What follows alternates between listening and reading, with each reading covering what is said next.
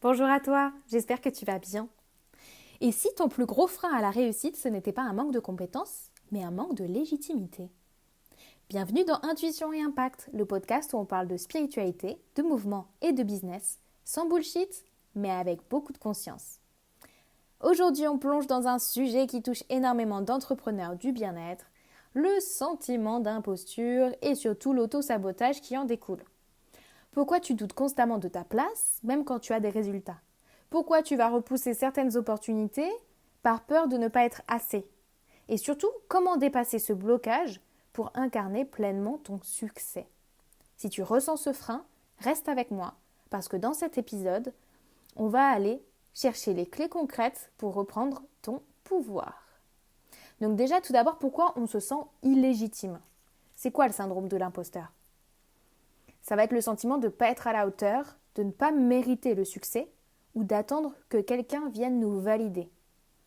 Il va toucher particulièrement les femmes parce qu'on a été conditionné à faire nos preuves avant d'oser prendre notre place.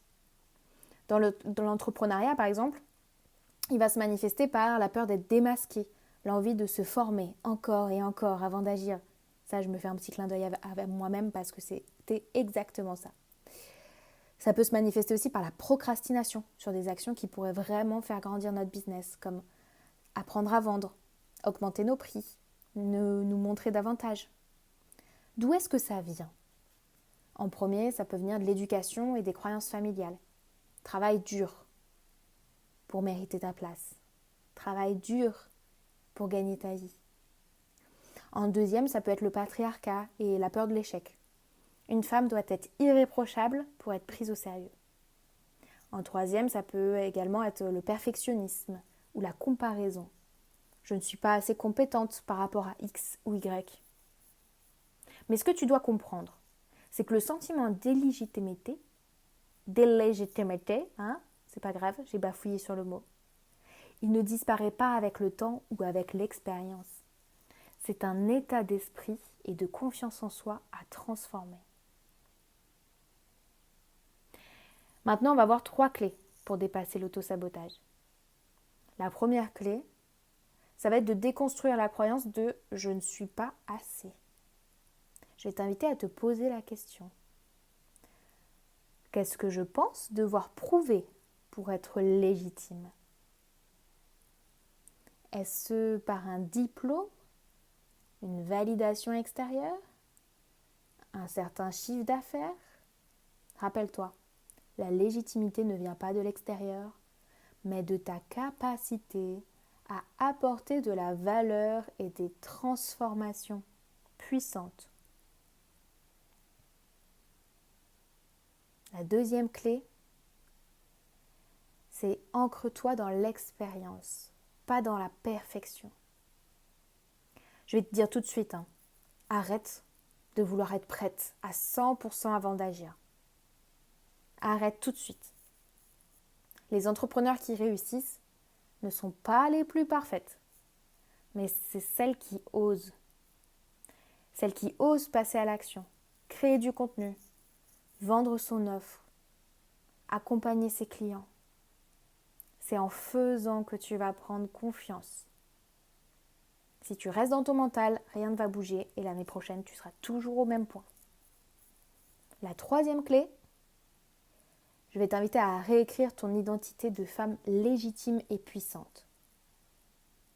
Ton subconscient fonctionne par répétition et visualisation. Alors chaque matin, tu vas te prendre 3 affirmations qui résonnent avec toi et tu vas les répéter au réveil. Par exemple, je suis une entrepreneure légitime, je crée de la valeur facilement. Par exemple, les clientes idéales sont prêtes à investir avec moi dès maintenant.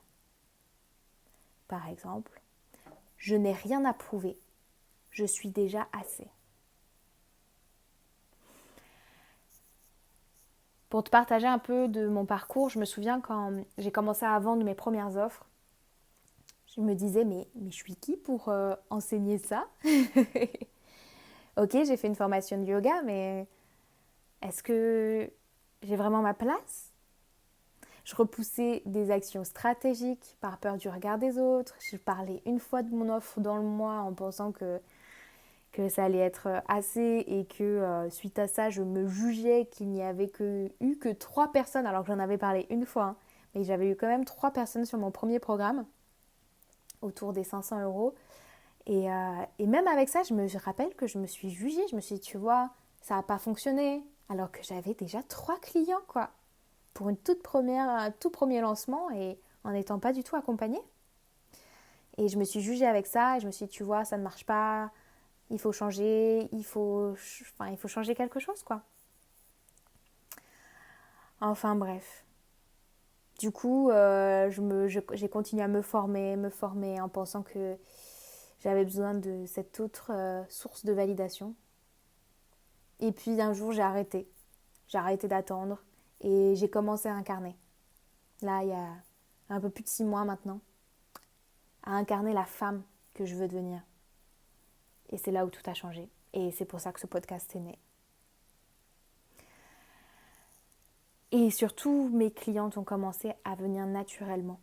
Non pas parce que j'avais une case en plus, mais parce que mon énergie avait changé. Eh oui, aujourd'hui, je veux que tu prennes conscience que tu es déjà légitime.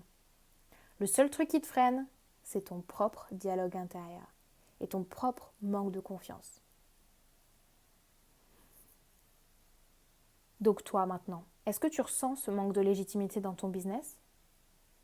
Si la réponse est oui, je t'invite à faire un exercice simple. Écris 3 preuves que tu es déjà une entrepreneur légitime aujourd'hui. Ça peut être un témoignage client, un progrès que tu as fait, ou simplement ton engagement à aider les autres. En tout cas, si cet épisode t'a aidé, je t'invite à le liker, à le partager à une amie qui doute de sa valeur et à venir me dire en commentaire quelle action tu vas mettre en place dès aujourd'hui pour dépasser ce syndrome de l'imposteur. En tout cas, on se retrouve très vite pour un nouvel épisode de Intuition et Impact. En attendant, fais confiance à ton intuition et passe à l'action.